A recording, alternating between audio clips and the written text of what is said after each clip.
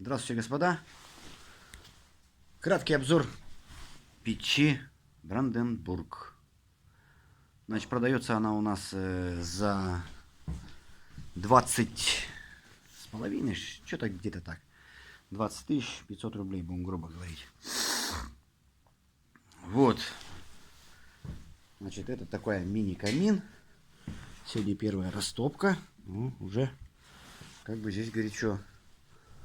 Ну, в общем, на улице снег выпал сегодня. Крыши у меня пока нет, я тут пока делаю ремонт.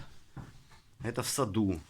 Значит, у меня здесь где-то 5 на 5, получается где-то 25, грубо, где-то около 70 кубов помещения.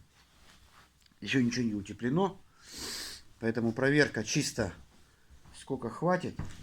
Вот я зашел, было 0, сейчас уже 10 градусов, если видно. Видите, плюс 10. Было 0. Ну, сколько вот она? Минут 30. Может быть, минут побольше. Сейчас я поставил длительного горения. Дрова. Береза. Вот все закрыл, как по технологии. И этот шибер на 45 градусов сделал. Вот посмотрим, сколько они будут гореть. Ну, в принципе, уже ощущается, что в принципе тепло. Как бы дизайн неплохой. Вот. Весит она, правда, 123 килограмма. Ну, ничего, я один установил. Потихоньку. Ну, принес, конечно, не один. Так что вот, кто решил брать, так, в принципе, берите. Красиво на огонь смотреть. Что не скажешь. Для такого помещения 5 на 5, я думаю, нормально.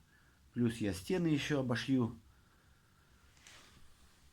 Так, и потолок тоже хочу утеплить. Я думаю, что будет Ташкент.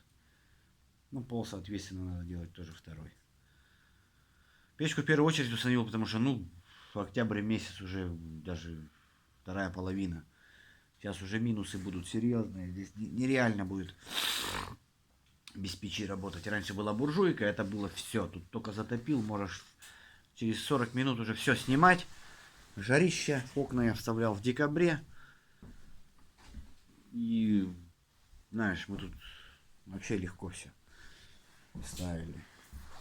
Так что вот по печке. Он уже херачит. Это, считай, первое, тут еще как бы задемление. Надо, конечно, открыть. Окна. Но у меня потолка нету, поэтому... Так что вот. Спасибо за внимание. До свидания.